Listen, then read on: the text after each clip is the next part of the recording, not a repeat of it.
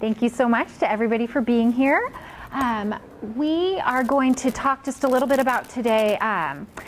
We're going to talk about some of the work that the Haring Center is doing in the field of early intervention, particularly for toddlers, infants and toddlers under the age of 3 with autism.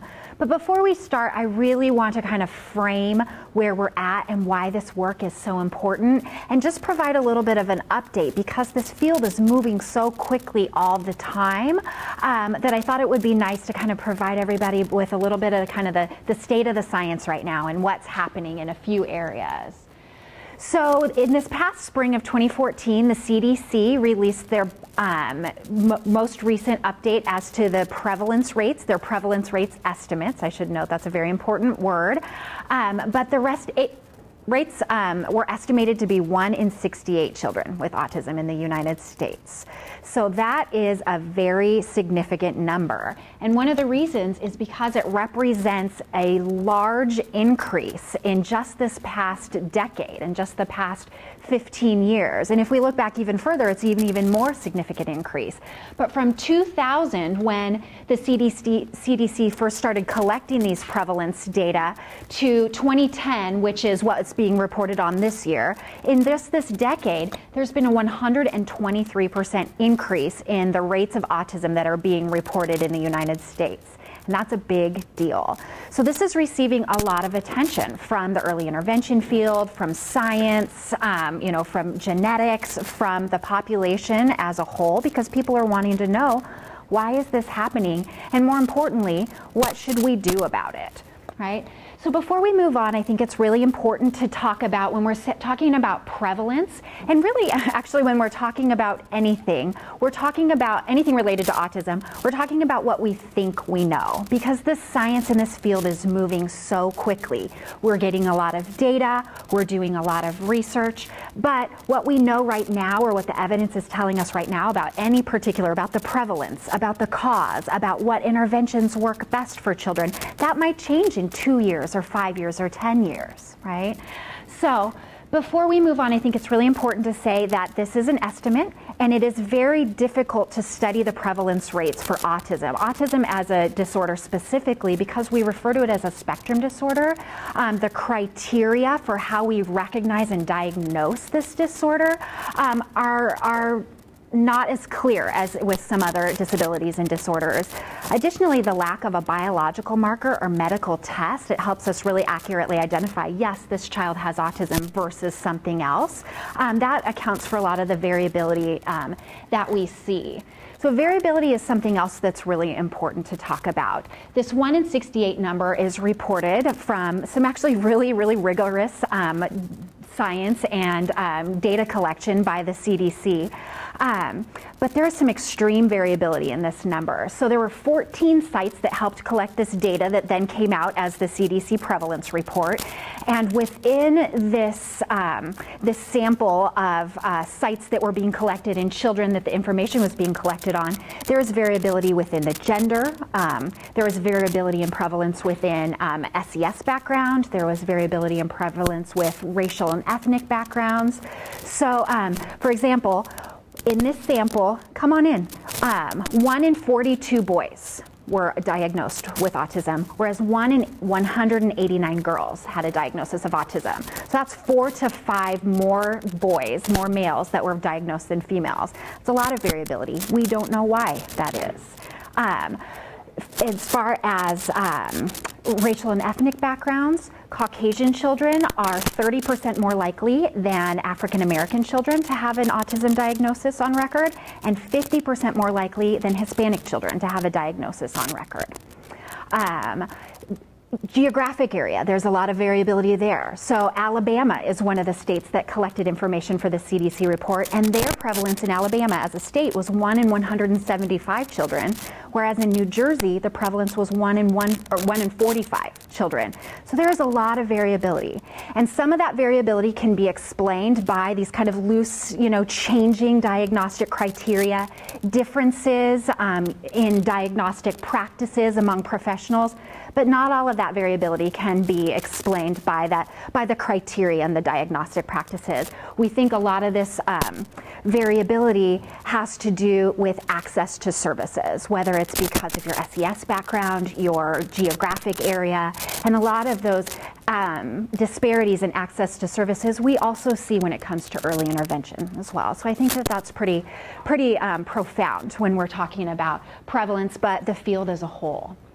So with this increase in prevalence and this increase in attention and this sort of call to action by our field and the public in general with all these questions, this is just one little illustration. So this is a quick Google Scholar search on any of these: autism education, autism diagnosis, autism cause. You can see that there are tens of thousands of results that pop up on Google Scholar.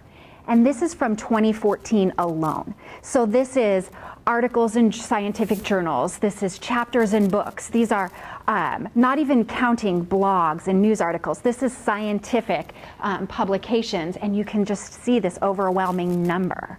So really, when we think about autism and sort of what's going on in the field today, there is a lot of research that's happening, and this is not an exhaustive list. But this is sort of when you're looking and when you're hearing about things, you're seeing research and publications in these three areas. We want to look at the cause, we want to look at identification and what are these early markers, and we want to look at intervention. Once we've identified these children, then what do we do, right?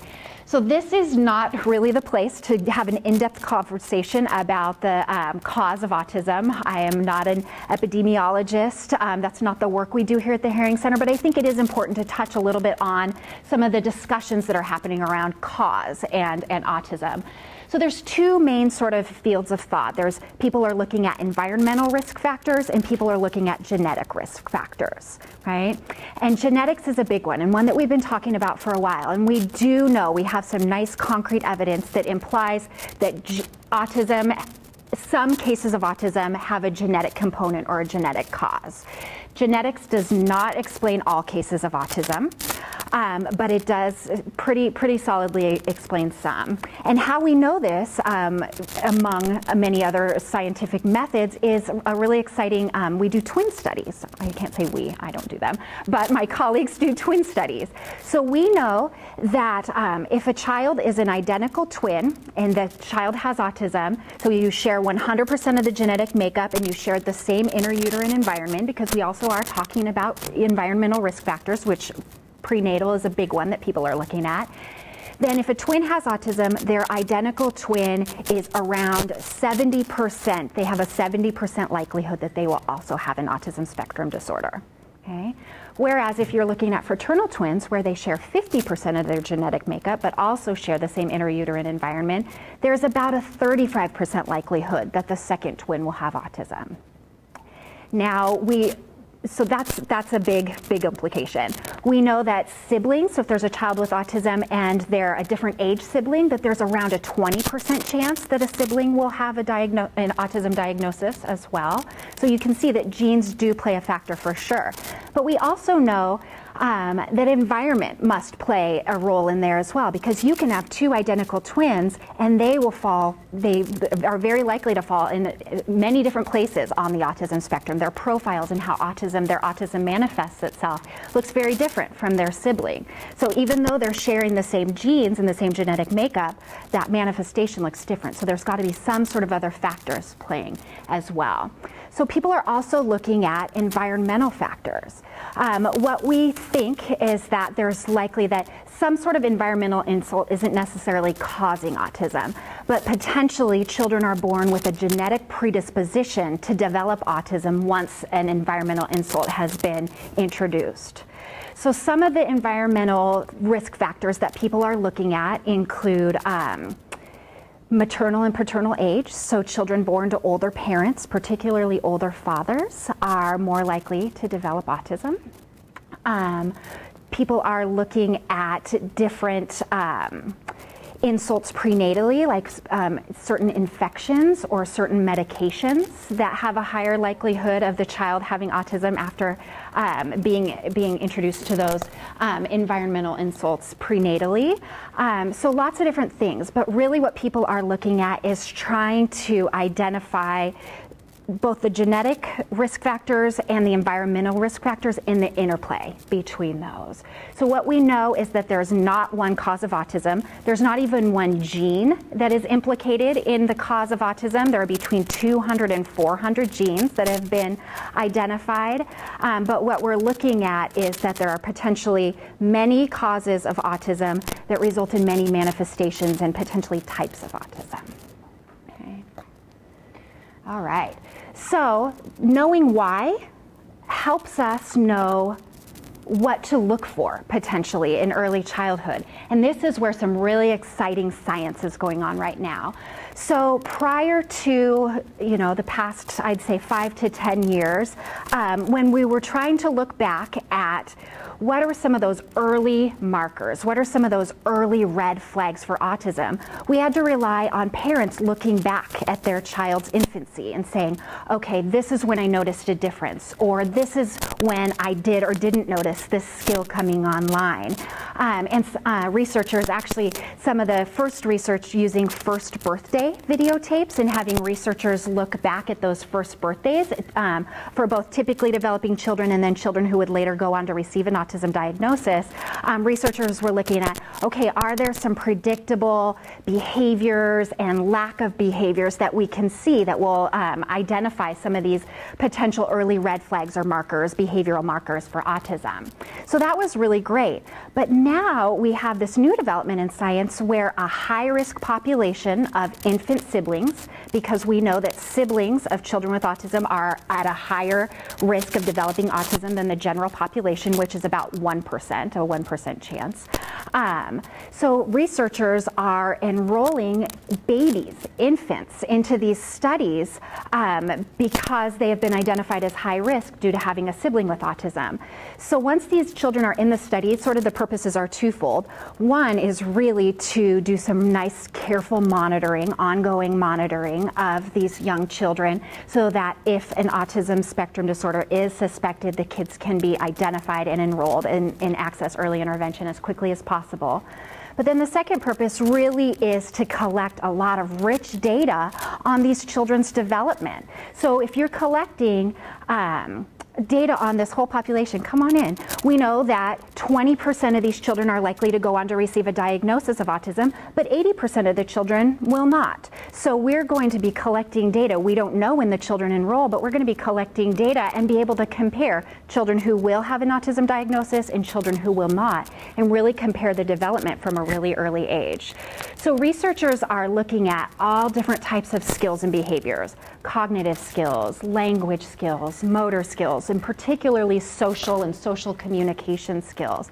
And what's really exciting is they've been able to identify not only specific behaviors that are different, but a difference in a trajectory of development between a typically developing infant and an infant who will later be diagnosed with autism. So in areas across the board, behaviors and skills across the board have been implicated as being different in infancy. Researchers have seen that from up until about 6 months of age, typically developing infants and infants who would later have autism are pretty much indistinguishable, okay, according to all these assessments and behavioral observations and information that the researchers are collecting. But somewhere between 6 and 12 months of age, the behavioral trajectory really starts to change. Whereas in a typically developing infant, we would expect to see steady progress across developmental domains. Infants who would later go on to be diagnosed with autism actually start to show what these researchers are calling a developmental slowing or a developmental plateau, where their trajectory and their rate of development is much more slow, and often, for some kids, experiences some regression and some loss in skills as compared to those typically developing infants. So that developmental slowing or that developmental plateauing has been identified in cognitive skills, in receptive and expressive language skills, in motor skills, both fine and large motor skills. And then one thing that researchers have also found is that the social skills, these social communication skills, and how children use their eye contact and their facial expressions and their gaze and their social, their communicative gestures, some of those skills actually start to show a progressive decline versus even just a developmental plateau. So knowing this and knowing how early we can and reliably we can tell these differences between infants with autism and infants who are typically developing really does a lot to advance our science of early identification. And one of the reasons why it's so critical to identify these children so young is because we know that the earlier children receive and access early intervention, the better their outcomes are. So there have been some recent reviews of, we've been studying autism intervention for a long time. We've been studying, specific intervention strategies, comprehensive treatment models that, use a different package of lots of different intervention strategies. But up until, several years ago, a lot of those have looked at preschool-age children, 3, 4, and 5-year-olds, mainly because that's when children were being identified and diagnosed and were entering into the early intervention system. But more recently, we're looking at toddlers, children under the age of 3, and even in the past couple years, I'd say, we're seeing studies and reports of interventions that are delivered to children under the age of 12 months. So this is a quote from a review of the few existing studies for intervention for children under the age of 12 months. And one of the interventions, only a couple of the interventions looked at what they call moderating variables. So all of the interventions reported on, these are the outcomes that children and families had. They caught up in their development. The developmental trajectories were accelerated. We saw a decrease in autism symptoms, things like that. But a couple of the scientists also wanted to look at, well, were there factors, were there child characteristics that predicted how well children responded to these interventions? And there were a few child characteristics, including, the amount of joint attention, amount of expressive language, level of toy play. Some of those variables predicted how well children responded, but some of the largest, and this was from a study of the Early Start Denver model, which was done by our colleagues here at the University of Washington. Regardless, in this study where they studied children who received the Early Start Denver model and what they called a treatment as usual group, so children who accessed community interventions, regardless of which intervention children received, so this was for children in their treatment as usual group as well, the biggest moderating variables were age of entry and number of hours of intervention that children received. So the earlier children accessed intervention, the bigger their developmental gains were, and actually the larger their reduction in autism symptoms were, so those core deficit areas of autism. So using the information from the retrospective studies as well as the prospective studies, there have been a variety of behaviors and skills and differences in these behaviors and skills that have been kind of called out as what we call red flags. These 9 red flags come from a large-scale study called the Early Social Interaction Project out of Florida State University, where they looked at a really large sample of videos of children who were typically developing and children who would go on to develop autism. And these 9 red flags that they identified were able to predict children, very accurately and reliably predict children who would later go on to receive an autism diagnosis from typically developing children. But also what's really important about these red flags is that they would predict and differentiate children who would receive an autism diagnosis from children who had some other sort of developmental delay. Because that's really important as well, because when we are looking for these specific children who are potentially on the autism spectrum and doing these screenings and diagnoses, we want to make sure that we're not getting a lot of false positives and saying, okay, this child might have autism based on this, when they really don't. They have something else that might, they might benefit from some other sort of intervention or treatment, right? So these red flags are ones that reliably predict children who have autism from both typically developing children and children with other developmental delays or disabilities. So you can see, if we're thinking about autism as this spectrum disorder that has these 3 kind of main areas of social, communication, impairments, and then the presence of what we call repetitive or restrictive interests, these red flags really do fall into those three categories.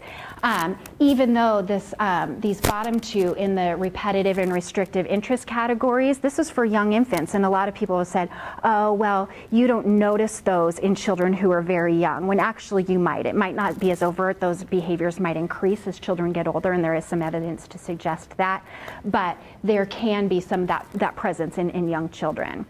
One thing that's really important to note is that while we've come a long way in identifying these red flags and potential behavioral markers, there's not one marker or red flag on this list that accurately predicts a child will have autism. So you might meet a child who demonstrates a few of these, but has, typical development, or what appears to be typical development in some other areas. And, as Dr. Schwartz says, if you've met one child with autism, you've met one child with autism. And I think that's really profound when we're talking about early identification and diagnosis and what can be a challenge to our field, what people's kind of preconceived notions about what a child looks like, people's being unfamiliar with what toddler and infant development looks like and what might be atypical as well. So that leads to the next slide, is that while our science and our field has really been focusing on getting these early screening tools, these accurate screening tools developed and out to the public, and getting these diagnostic tools that can accurately and reliably provide a diagnosis to a very young child, the average age of diagnosis in the United States in this last CDC report was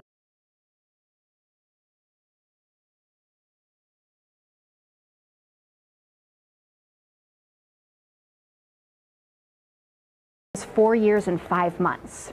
Okay, so while we've got diagnostic tools that can provide a reliable, stable diagnosis to a child as young as 24 months, and we're getting some new evidence that says some of these tools, or some new tools that are being developed, can provide a reliable, stable diagnosis at 18 or 19 months, we're still not getting these kids diagnosed at the age they could be diagnosed. And this age of diagnosis is incredibly variable as well. So in the CDC report, while there were some children who were diagnosed as young as 2 and maybe even younger, there were some children who were probably and most likely higher functioning, on the higher functioning end of the spectrum, who weren't diagnosed until age 9. So when we're thinking about the plasticity of an infant's brain, and that there's this critical developmental window that we're starting to see evidence of, 9 years old that's too long to wait, right? Okay, so we want to get kids into early intervention because it works. We know that. So that's what we do here. We do early identification and early intervention. There have been lots and lots of intervention studies looking both at what we call focused treatments, so a specific treatment like discrete trial training, or the use of visual supports, or the use of PECs to support a specific developmental outcome. People have also looked at what we call comprehensive treatment packages, or comprehensive treatment models. So this package of different treatments kind of based on a developmental, or based on a theory of development, and have been implementing and providing these interventions to children and evaluating the outcomes. So what we know, like I said, early intervention works, and what we really know is that the area and the type of intervention that has the most empirical evidence to support its efficacy is early intensive behavioral intervention. So interventions that are based on behavioral principles. We are seeing sort of an advance in that science as well, where some developmental and some naturalistic strategies are also being combined, but everything is still based on this behavioral science and this behavioral theory of change. But these EIBI interventions have the most data to support their efficacy. Intensive behavioral interventions and strategies and interventions based on behavioral theory have been shown to change a variety of behaviors for a variety of learners in a variety of settings across a variety of ages. So increased cognitive skills, increased adaptive skills, increased social skills, reduced challenging behavior, increased independence. Even looking later in life at school placement, we are seeing some evidence of long-term outcomes as well, that these gains happen early and that they persist with, additional intervention as well, but that these gains that are seen early persist into later childhood and potentially adulthood. That's an area that's being looked at right now. So while we know that these behaviorally based interventions are effective, what they look like from center to center or researcher to researcher or interventionist to interventionist are really variable. So how we package an intervention, how many hours we provide it, what types of developmental activities we provide, what types of strategies we use, how we collect data and how we use those data to make decisions, that really is variable from intervention to intervention. And while it's great to see that a variety of interventions can have positive outcomes, when we're looking at learners on the autism spectrum who represent such a broad spectrum of needs and strengths, and when we also know that while there are, in any given study, usually about 50% of the children who have very positive outcomes, there are also children who respond less optimally. So what we really want to know is, what is it about these interventions that predicts or makes it more or less likely that a child will have an optimal response to this intervention? And in order to be able to do that, we not only need to be able to look at the child and potentially look at some child characteristics that might predict response or less optimal response, but we need to be able to say what's going on in this intervention and what might it have been about that intervention that led to this outcome. So there's been a lot of research, a lot of literature review where we kind of look at and compile all of this extensive literature that's out there on behaviorally based interventions that led to positive outcomes for children and families, and really tried to boil down to these essential kind of active ingredients. What was it about these interventions as a group that may have worked for these children? What was consistent across these really varied interventions? So there are a few what we kind of call active ingredients. The first is what I've already said, age of entry. Children, it's recommended, so there have been several of these literature reviews, but the largest and most comprehensive was put out by the National Research Council in 2001. And that seems like a really long time ago. But the National Research Council, in addition to doing this literature review, also made a set of recommendations of, if you're talking about a high quality early intervention program for children with autism, this is what it needs to include. So they did specifically call out age of entry. They said children should not have to wait to receive a formal diagnosis to access these types of interventions, even specialized interventions that are developed for kids with autism. As soon as an autism spectrum disorder is diagnosed, or if we're dealing with a high-risk population, then those children need to have access to these types of services. The second area kind of deals with different instructional strategies, and so how things should be taught and what should be taught. So intensity specifically is called out by the NRC. So this goes back to the more hours the better. The NRC specifically recommended 25 to 40 hours a week of active engagement in intervention. Okay, so that's where that number comes from, if anybody's heard of that. They say that planned and systematic instructional opportunities, so that's using evidence-based instructional strategies, need to be planned and repeated throughout a child's day. And the skills that need to be targeted are those core deficit features of autism. So those social interactions, those social communication skills, those repetitive and restrictive interests, in addition to some other pivotal areas and areas where the child shows delay. So looking at engagement, looking at independent participation, looking at functional communication for children, looking at play and engagement with peers. Those areas all need to be specifically targeted and specifically taught depending on the child's level of need and their areas of strength and need. Another active component of these treatments, of these recommendations, was inclusion of of families. So families are an essential, critical part to a child's intervention team.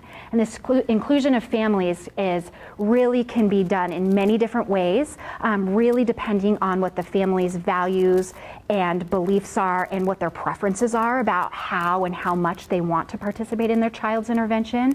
But this can be from the beginning of participating in assessment and providing information during the diagnostic and the evaluation process, selecting goals and targets that are important to the family and that will lead to an increased quality of life for the family and the child, and even including training and support and provision of resources to families so that they are able to feel confident and competent teaching new skills to their child, promoting engagement across daily activities and routines, addressing challenging behaviors or problem behaviors when they might occur. So that inclusion of families was consistent across all of the comprehensive programs that had shown to have the best outcomes for children.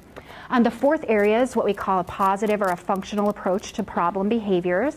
So really thinking about challenging behaviors, not just simply having them go away, but really thinking about what might the child be trying to communicate with this behavior and how can we help them learn to communicate it in a more appropriate way that's going to get their needs met more readily, right? And then the fifth area was ongoing assessment, ongoing program assessment and daily assessment, really to evaluate children's progress so that you can use those data to make decisions to change or not change the child's instruction. Okay, so those are the active ingredients and those are the essential components that we see. And here's where the Haring Center fits into that puzzle. So the Haring Center, for a long time, since the mid-90s, we really, again I say we when that wasn't me at all, but the Haring Center staff and faculty and researchers really said, okay, we see this coming. We see this growing number of children, then it was mostly preschoolers, being identified with autism. And we see this evidence of an effective behavioral intervention that was very intensive, but was mostly provided in the home. Okay? And how do we provide effective, intensive behavioral intervention in a school setting?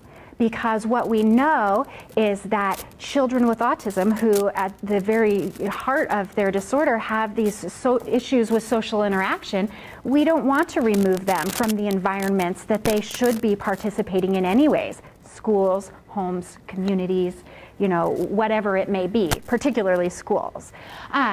So Dr. Schwartz and her colleagues developed this program based on the literature that was existing and their experience working with young children with autism and their families. And we developed Project Data. So Project Data is an example of that comprehensive treatment model that's behaviorally based. We also combine some developmental and some naturalistic approaches and theory when we think about how we're teaching and really what skills are we teaching to these really young kids with autism. But what the framework looks like is up here. So at the center is what we call the integrated early childhood experience. And really what that is for, depending on the age group, either as some sort of developmental preschool, an integrated or inclusive toddler play group, it might be a child care setting, but preschool setting that's not for children with special needs, but that's for all children, that children with autism can be successfully included into. One thing that's really important to know, many skills are taught and targeted during this integrated early childhood experience, but really the goal of that is to promote successful interactions with your peers.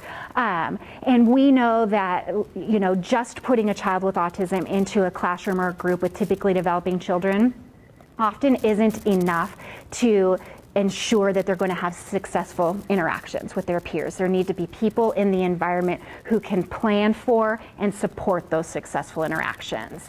So that's at the heart of this model. Children who are participating in this comprehensive treatment model are also receiving what we call extended intensive instruction. And that's where we're looking at some of the skills that children need are working on, might not yet be showing, might have difficulty learning in these inclusive environments, whether it be the classroom or home or some other sort of community setting, and really breaking down what it is that children should be learning in those environments, what they're working on, breaking those skills down into smaller parts and providing more intensive instruction and support on those skills. So our children who are in the toddler program come to that on the alternating days from their toddler playgroup. So they're in a toddler playgroup 2 days a week, and they come to the extended intensive instruction 3 days a week. And our children who are in preschool have what's called an extended day. So a few days a week they go to both their preschool and their extended instructional time.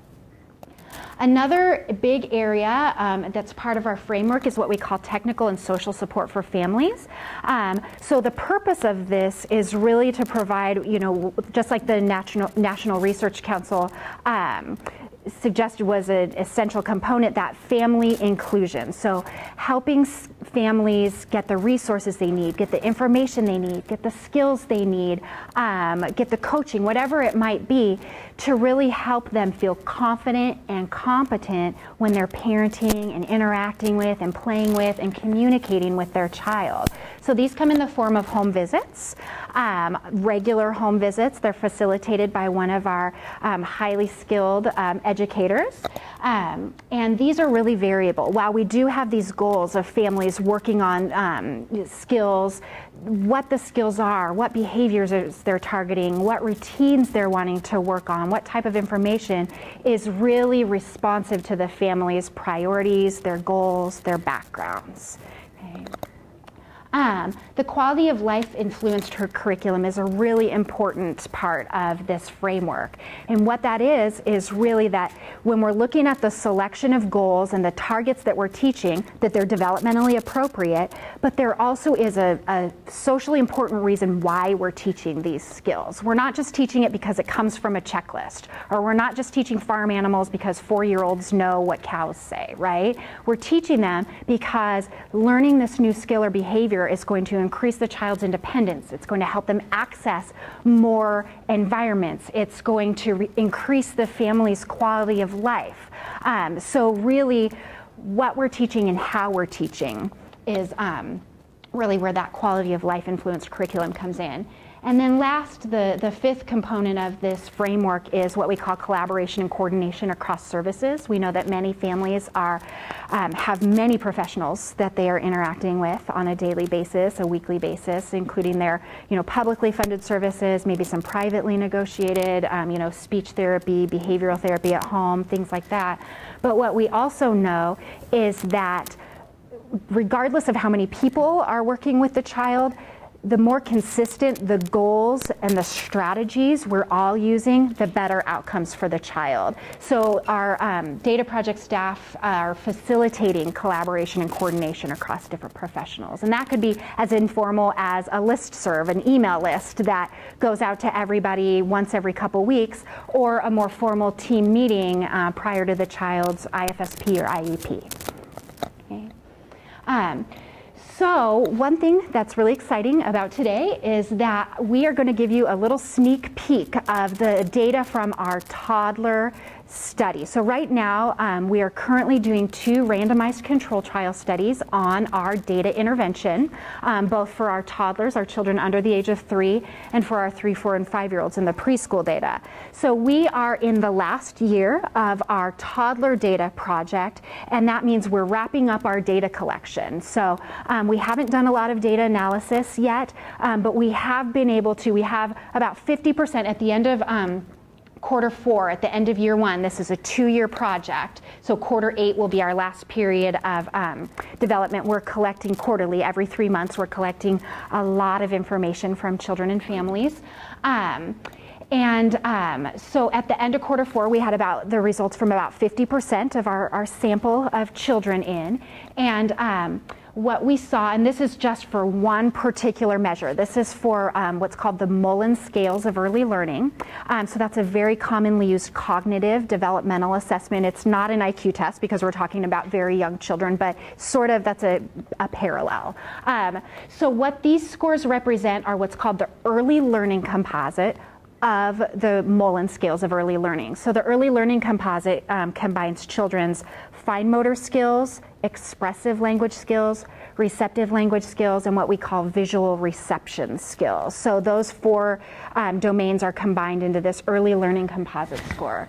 So what you see is the yellow line is our data group, our toddler data group who received the toddler data intervention, and the green line is what we call our treatment as usual. So children were randomly assigned to one or the other of these two groups. For the treatment as usual group, we also call it our community standard or our community comparison group.